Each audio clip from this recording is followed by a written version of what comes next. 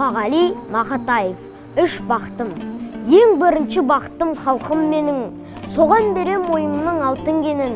Ол бар болса, мен бармын, қор болмаймын, қымбатырақ алтыннан нарқым менің. Ал екінші бақтым тілім менің, тас жүректе тілімнен тілім дедім.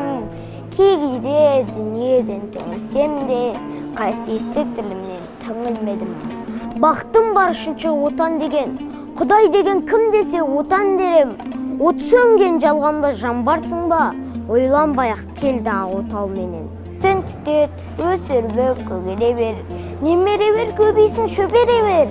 Жадыңды ұста, жақсы боп күтпегейсің, от емес, оқ сұрасаң менен егер. Үш бірдей бақтым бар алақанда, мені бұндай бақты жаратар ма?